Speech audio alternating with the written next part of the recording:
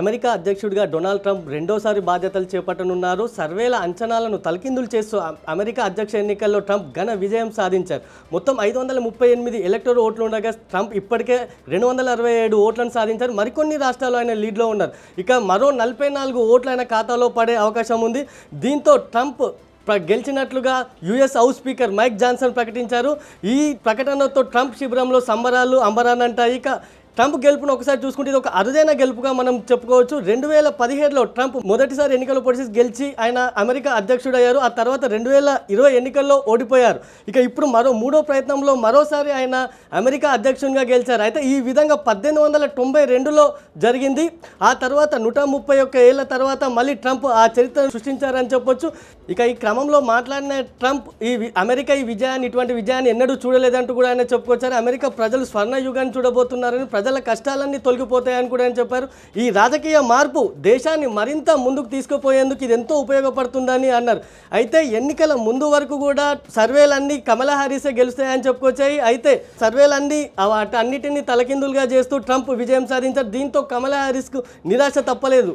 అయితే ట్రంప్ గెలుపులో ఒక 4 రాష్ట్రాలు కీలకంగా నిలిచాయి. టెక్సాస్, ఫ్లోరిడా, పెన్సిల్వేనియా, జార్జియా వంటి రాష్ట్రాలు ఆయన గెలుపును అందించాయని చెప్పొచ్చు. ఈ 4 రాష్ట్రాల నుంచే ట్రంప్ 100 ఓట్లను సాధించారు. ఇక ఆయన గెలుపులో ఇది కీలకంగా మారింది. ఒక్కసారి మనం చూసుకుంటే టెక్సాస్ చూడవచ్చు. టెక్సాస్లో మొత్తం 40 ఎలక్టోరల్ ఓట్స్ ఉంటే ట్రంప్ 56.3% ఓట్లను ఆయన సాధించారు.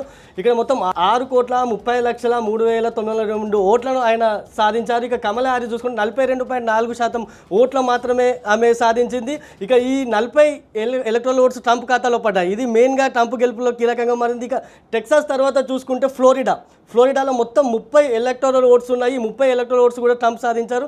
ఈ రాష్ట్రంలో మొత్తం 56.1% ఓట్లను ట్రంప్ సాధించారు. ఇక కమలా హారిస్ 43% ఓట్లను సాధించారు. అయితే ఈ 2 రాష్ట్రాలే 70 ఓట్లను ట్రంప్కి అందించినట్టు చెప్పుకోవచ్చు. ఈ 2 రాష్ట్రాల తర్వాత మనకు పెన్సిల్వేనియా, జార్జియా రాష్ట్రాలు ట్రంప్ గెలుపులో కీలకంగా మారాయి. ఒకసారి చూసుకుంటే పెన్సిల్వేనియాలో మొత్తం 19 ఎలక్టోరల్ ఓట్స్ ఉన్నాయి. ఇక్కడ కూడా ట్రంప్ 50% ఓట్లను సాధించారు. అయితే ఇక్కడ కమలా హారిస్ అతనికి దగ్గరగా వచ్చినప్పటికీ ఆమె గెలుపును అందుకోలేకపోయారు. ఇక 48% ఓట్లను కమలా హారిస్ సాధించారు. అయితే మరోవైపు జార్జియాలో కూడా చూసుకోవచ్చు. మనకు జార్జియాలో 16 ఎలక్టోరల్ ఓట్స్ ఉంటే 16 కూడా ట్రంప్ ఖాతాలోకి వెళ్ళాయి. ఇక్కడ ఆయన 50% ఓట్లు సాధిస్తే కమలా హారిస్ 48% ఓట్లు సాధించారు. దీంతో ఈ 4 రాష్ట్రాలు ట్రంప్ గెలుపులో కీలకంగా మారాయని చెప్పుకోవచ్చు. ఇక్కడ చూస్తే ఒకసారి మ్యాప్ను చూడొచ్చు మీరు. ఇక్కడ ఈ రెడ్గా కనిపిస్తున్నట్టు ఈ రాష్ట్రాలన్నీ ట్రంప్ ఖాతాలో పడినట్టువే. ఇక్కడ ఈ రాష్ట్రాలన్నింటిలోనూ ట్రంప్ గెలిచారు. సుమారు 20కి పైగా రాష్ట్రాల్లో ట్రంప్ గెలవగా 16 నుంచి 17 వరకు కమలా హారిస్ గెలిచినట్లు గణాంకాలు చెబుతున్నాయి. ఇక కమలా హారిస్ గెలుపులో కాలిఫోర్నియా చూసుకోవచ్చు. మనం కాలిఫోర్నియా కీలకంగా మారింది. కాలిఫోర్నియాలో మొత్తం 54 ఎలక్టోరల్ ఓట్స్ ఉంటాయి. ఇక్కడ 54 ఓట్స్ కూడా కమలా హారిస్ ఖాతాలోకి పడ్డాయని చెప్పుకోవచ్చు. మొత్తం ఇక్కడ ఆమె 57.9% ఓట్లను సాధించగా ట్రంప్ ఇక్కడ కొంచెం వెనుకబడ్డాడు. ఇక్కడ ఆయన 39.6% ఓట్లను మాత్రమే ఆయన సాధించారు. ఇక కమలా హారిస్ గురించి చెప్పుకుంటే కాలిఫోర్నియా తర్వాత ఆమెకు వాషింగ్టన్ కానీ, న్యూయార్క్ కానీ, న్యూజెర్సీ వంటి ఈ రాష్ట్రాలు ఆమెకు ఎక్కువ ఓట్లను తెచ్చిపెట్టాయి. ఒకసారి వాషింగ్టన్ చూసుకోవచ్చు. మనం వాషింగ్టన్ చూసుకుంటే ఇక్కడ 12 ఎలక్టోరల్ ఓట్స్ ఉంటే 12 కూడా కమలా హారిస్ ఖాతాలోకి వెళ్ళాయి. ఇక్కడ కమలా హారిస్ 58% ఓట్లను సాధించగా ట్రంప్ 39% మాత్రమే సాధించారు. ఇక న్యూయార్క్ చూసుకుంటే న్యూయార్క్లో కూడా మొత్తం 28 ఎలక్టోరల్ ఓట్స్ ఉంటే 28 కూడా కమలా హారిస్ ఖాతాలోకి పోయి ఇక్కడ కమలా హారిస్ 55% ఓట్లను సాధించగా డొనాల్డ్ ట్రంప్ 44% మాత్రమే సాధించారు. దీంతో ఈ 4 రాష్ట్రాలు మాత్రం కమలా హారిస్కు గట్టి ఓట్లను తెచ్చిపెట్టాయి. అయినప్పటికీ గెలుపు మాత్రం ట్రంప్నే వరించిందని చెప్పవచ్చు. ఎందుకంటే ట్రంప్ ఖాతాలో ఎక్కువ రాష్ట్రాలు పడ్డాయి. చూసుకుంటే మొత్తం 20కి పైగా రాష్ట్రాలు ట్రంప్ ఖాతాలోనే పడ్డాయి. ఇక అమెరికా కాంగ్రెస్ ఎన్నికల్లో కూడా ట్రంప్ నేతృత్వంలోని రిపబ్లికన్ పార్టీ గట్టి పట్టు సాధించిందని చెప్పొచ్చు. ఒకసారి చూసుకుంటే ఇక్కడ మెజార్టీ స్థానాల్లో డెమోక్రాట్లకు షాకిస్తూ రిపబ్లికన్ పార్టీ వాళ్ళు అభ్యర్థులు గెలిచారు. ఇక మొత్తం ఇక్కడ 100 పైగా స్థానాలు ఉంటే రిపబ్లికన్లు 51 మంది ఉండగా డెమోక్రాట్లు 42కే పరిమితమయ్యారు. దీంతో ఈ సెనేట్ అనేది కీలకంగా చెప్పొచ్చు ఈ ఫలితాల్లో. ఎందుకంటే సెనేట్లే ప్రభుత్వంలో కీలక అధికారుల నియామకాలు కానీ, సరికొత్త కార్యవర్గం కానీ, అటు సుప్రీంకోర్టు జడ్జిలను కూడా నియమించే అధికారం ఈ సెనేట్కు ఉంటుంది.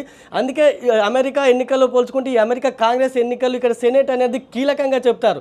అయితే ఇప్పుడు ఈ సెనేట్పై రిపబ్లికన్ పార్టీకి ఒక గట్టి పట్టు వచ్చింది. ఇప్పుడు త్వరలోనే సుప్రీంకోర్టుకు చెందినటువంటి జడ్జిలు కూడా చూసుకుంటే వాళ్ళు రిటైర్ అవ్వబోతున్నారు.